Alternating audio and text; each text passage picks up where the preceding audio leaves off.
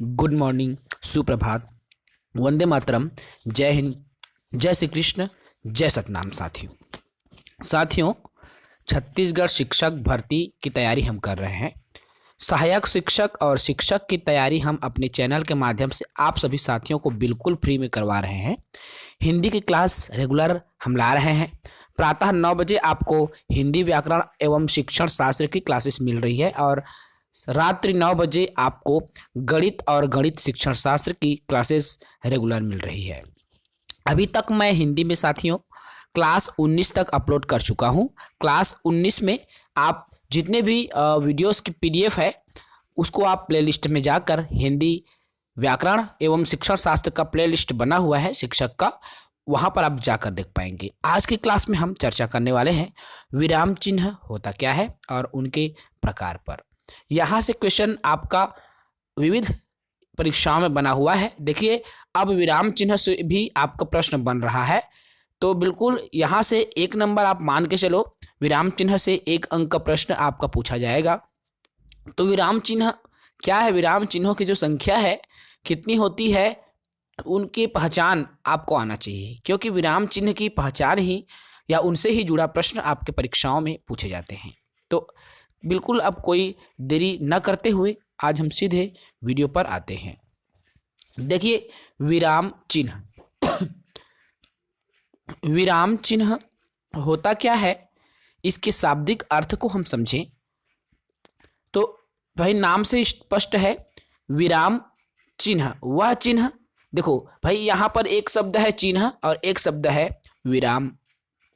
तो जिस चिन्ह के लगाने पर हम क्या हो जाए, विराम हो जाए, रुक जाए, विराम चिन्ह है। हम अपनी भाषा में समझ रहे हैं ना इसको, कि जिस चिन्ह को लगा रहे हैं तो वहां पर हम विराम लेते हैं, थोड़ा सा रुकते हैं, वही विराम चिन्ह कहलाता है। ठीक है, विराम करना था अर्थात आराम करना, रुकना। ठीक है, तो अब परिभाषा पर आए, शाब्दिक अर्थ पर आते हैं। तो इसके लिए देखो, इसके प्रयोग के लिए तो सावधानियां जरूरी है, इस पर हम नहीं जाएंगे। तो इसकी कोई परिभाषा है या नहीं ये तो बात की बात है, लेकिन हमने जो कहा कि भाई विराम चिन्ह यदि हमने उपयोग किया किसी भी वाक्य में तो हमें वहां पर थोड़ा रुकना होगा, थोड़ी देर रुकनी पड़ेगी। तो देखिए, श्री कामता प्रसाद के अनुसार विराम चिन्ह 20 होते हैं, इसको आपको याद रखना है। रहने को विराम चिन्हों की संख्या कुल 21 है, लेकिन कामता प्रसाद जी के अनुसार विराम चिन्हों की संख्या 20 होंगी। इसमें उन्होंने पूर्ण विराम को छोड़ दिया है साथियों, क्योंकि जितने भी विराम चिन्ह हैं पूर्ण विराम को छोड़कर, ठीक है, पूर्ण विराम को छोड़कर सभी विराम चिन्ह अंग्रेजी भाषा से ही लिए गए हैं। अर्थात विराम चिन्हों की संख्या अगर पूर्ण विराम को छोड़ दिया जाए तो 20 प्रकार की होंगी, जो कि कामता प्रसाद के अनुसार ये है। याद रखना इस बात को, ठीक है। तो कामता प्रसाद के अनुसार विराम चिन्हों की जो संख्या है वो 20 होगी, जो कि सभी विराम चिन्ह कहाँ से लिया गया है, आपका अंग्रेजी भाषा से लिया गया है। आपको स्क्रीन पर शो हो रहा है, ये तमाम विराम चिन्ह हैं। सभी चीजें आपको एक एक करके हम बिल्कुल डिटेल से बताने जा रहे हैं। जो भी साथी देख रहे हैं चैनल को सब्सक्राइब कीजिए। देख सकते हैं सबसे पहले हमारा पूर्ण विराम, जिसे अंग्रेजी में फुल स्टॉप बोलते हैं। पूर्ण विराम में एक खड़ी लकीर होती है साथियों, आप जानते हैं, ठीक है, आपको यहाँ पर इंगित हो रहा है। अर्धविराम, अर्धविराम में देख सकते हैं ऊपर में छोटा सा बिंदु और नीचे में अल्पविराम जैसे रहेगा, ठीक है, अर्धविराम है। अल्पविराम में, अल्पविराम का भी संकेत आपको स्क्रीन पर शो हो रहा है, आप देख सकते हैं। अपूर्ण या उपविराम जिसे बोलते हैं, तो इसमें 2 बिंदी होता है, उसे अपूर्ण या उपविराम कहा जाता है। उसके बाद में आपका आता है योजक चिन्ह। तो योजक चिन्ह जो कि आपको स्क्रीन पर शो हो रहा है, जैसे माता पिता लिखते हैं तो माता और पिता के बीच में एक चिन्ह अंकित किया जाता है, वही योजक चिन्ह कहलाता है। ये योजक चिन्ह से जुड़ा प्रश्न आपके परीक्षा में आया हुआ था TET के एग्जाम में। उसके बाद में हमारा आता है निर्देशक चिन्ह। निर्देशक चिन्ह योजक चिन्ह से बड़ा होता है साथियों, तो इसको आप गौर करेंगे। ठीक है। उद्धरण चिन्ह देख सकते हैं यहाँ पर, उद्धरण चिन्ह जब लगाएंगे, जैसे कोई भी शब्द इन्वाइटेड कामा बोलते हैं ना, वही है। एक भी करते हैं और दो शब्द भी, जो दो उद्धरण चिन्ह डबल वाले भी करते हैं, ठीक है। उसके बाद में हमारा आता है त्रुटिबोधक या हंस पद। यहाँ पर जैसे आपको एरो ऊपर की साइड ऐसे करते हैं, जैसे कोई भी चीज में त्रुटि हो गया उसको ऊपर में लिखना है। जैसे मैं लिख रहा हूँ अपना, ये देख सकते हैं। अब भाई यहाँ पर ऐसे एरो करके हम लिखते हैं कुछ भी चीज, जैसे कुछ भी चीज हम भूल जाए रहते हैं, छोड़ डालते हैं, तो इस तरह से एक चिन्ह लगा करके उस शब्द को लिखा जाता है। उसी को त्रुटिबोधक चिन्ह या हंस पद भी कहा जाता है, ठीक है। उसके बाद 9वां आता है साथियों हमारा कोष्टक चिन्ह। तो आप सभी साथी जानते हैं 3 प्रकार के जो कोष्टक है, एक तो होता है आपका बड़ा कोष्टक, और दूसरा सर्पाकार कोष्टक, और तीसरा सबसे छोटा कोष्टक। तो इस तरह से ये 3 कोष्टक चिन्ह भी होता है जो कि हम हिंदी भाषा में अध्ययन करते हैं। उसके बाद में हमारा आता है 10वां में विस्मयादि चिन्ह। विस्मयादि जो आश्चर्य सूचक शब्द है, आप सभी जानते हैं। हम इसको समझाएं तो देखिए, जैसे हम आह यह फल कितना स्वादिष्ट है बोलते हैं, आह के बाद ये विस्मयादि का चिन्ह लगाते हैं। हे राम ये लिखते हैं, तो ये सभी विस्मयादि बोधक का जो चिन्ह है वो लगाते हैं, आश्चर्यजनक, आश्चर्य को प्रदर्शित करने के लिए, ठीक है। उसके बाद में हमारा 11वां आता है साथियों, देखिए लाघव चिन्ह जिसे बोलते हैं। तो लाघव चिन्ह एक छोटा सा बिंदी जैसे होता है, एकदम डॉट नहीं होता, थोड़ा बड़ा बिंदी होता है गोल, ये लाघव चिन्ह बोलते हैं। जैसे डॉक्टर हम लिखते हैं तो लाघव चिन्ह हम नीचे में डालते हैं, जैसे एग्जाम्पल में लिखा हुआ है डॉक्टर DC मौर्य, तो ये सब लाघव चिन्ह है। जो शॉर्टकट में हम उपयोग करते हैं वही लाघव चिन्ह कहलाता है, ठीक है। तो इसमें देखिए 12वां है रेखांकित चिन्ह। रेखांकित चिन्ह, अब रेखांकित चिन्ह के संकेत को आप देख सकते हैं, इस तरह से एक संकेत बना होता है जो कि रेखांकित चिन्ह का संकेत है। उसके बाद 13वां है तो लोप या रिक्त चिन्ह। अब लोप या रिक्त चिन्ह जो डॉट डॉट डॉट डॉट बना होता है, विविध प्रकार के विषयों में खाली स्थान भरो करके आपको देखने को मिलता है साथियों, वही लोप चिन्ह या रिक्त चिन्ह है। इसीलिए तो उस प्रश्न का नाम भी होता है कि रिक्त स्थान भरो। तो ये डॉट डॉट जहां आपको देखने को मिलेगा वो रिक्त चिन्ह कहलाता है। 14 है इसमें देखिए समतुल्य चिन्ह। अब समतुल्य चिन्ह होता क्या है, तो इसमें जो बराबर का चिन्ह लगा रहता है, इक्वल टू का चिन्ह लगा रहता है, वही समतुल्य चिन्ह हिंदी भाषा में कहलाता है। इसके बाद में आपका देख सकते हैं यहाँ पर 15 देखिए विवरण या व्याख्यात्मक चिन्ह, जो कि किसी भी हम कहना चाहिए थ्योरी लिखते रहते हैं, पेपर में हो या अपने नोटबुक में हो, तो कुछ भी पॉइंट देते हैं। जैसे परिचय लिखा हमने, ठीक है, परिचय लिखने के बाद में हम करते क्या है, यहाँ पर 2 बिंदु दिख के ऐसे डॉट करके फिर उसका व्याख्या करना शुरू करते हैं। तो यही विवरण या व्याख्यात्मक चिन्ह है, जिसमें हम यहाँ पर एरो नहीं रहता, याद रखना इस बात को। तो ये व्याख्या चिन्ह है। उसके बाद में है संकेतवाचक चिन्ह। तो संकेतवाचक एक एरो की तरह होता है, जिसे संकेतवाचक चिन्ह कहा जाता है। इसके अलावा इतिश्री चिन्ह, जैसे ही कोई भी प्रश्न के उत्तर हम समाप्त करते हैं या कोई भी यूनिट या टॉपिक को समाप्त करते हैं, तो इतिश्री का एक चिन्ह लगाते हैं डॉट डॉट वाला, तो वही इतिश्री का चिन्ह कहलाता है, ठीक है। तो ये तो 17 हुआ साथियों, कामता प्रसाद महोदय ने 20 बताया हुआ है। अभी देखिए हम इन्हीं पर जब आते हैं तमाम, अर्थात अभी तो हमने सामान्य देखा, इतने प्रकार के आपका चिन्ह होते हैं विराम चिन्ह। अब हम आते हैं सीधे कामता प्रसाद ने जो 21 बताए हैं, उसमें देखिए एक तो पूर्ण विराम को छोड़कर कामता प्रसाद ने 20 प्रकार बताया हुआ है। अब उनके उन प्रकारों पर हम चर्चा करें तो देखिए यहाँ पर एक एक करके फिर से हम उस विराम चिन्हों को देखने वाले हैं। इसमें कुल हम विराम चिन्ह जो देखेंगे, विराम चिन्हों की जो संख्या है 21 है, जिसमें हमने पूर्ण विराम को भी ले लिया है। तो अब पूर्ण विराम को आप हटा देंगे तो बाकी चिन्ह कामता प्रसाद के ही अनुसार है। पूर्ण विराम का चिन्ह हमने बताया है। उसके बाद देखेंगे यहाँ उपविराम का चिन्ह, जो कि एक बिंदी की तरह रहता है। अर्धविराम, अर्धविराम के चिन्ह भी हमने बताया। अल्प विराम का चिन्ह इन्वर्टेड कामा जो बोलते हैं।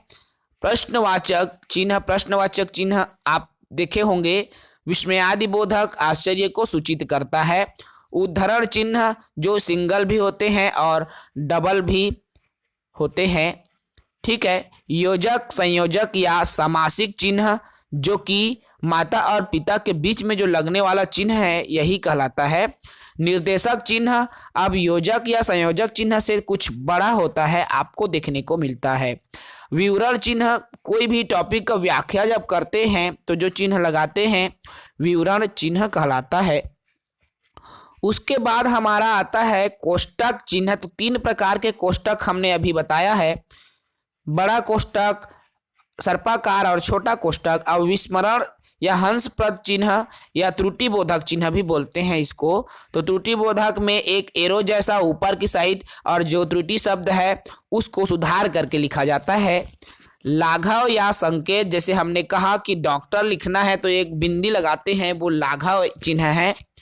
लोप चिन्ह जिसको हम डॉट से भी प्रदर्शित करते हैं, जिसे लोप चिन्ह या रिक्त चिन्ह भी कहते हैं।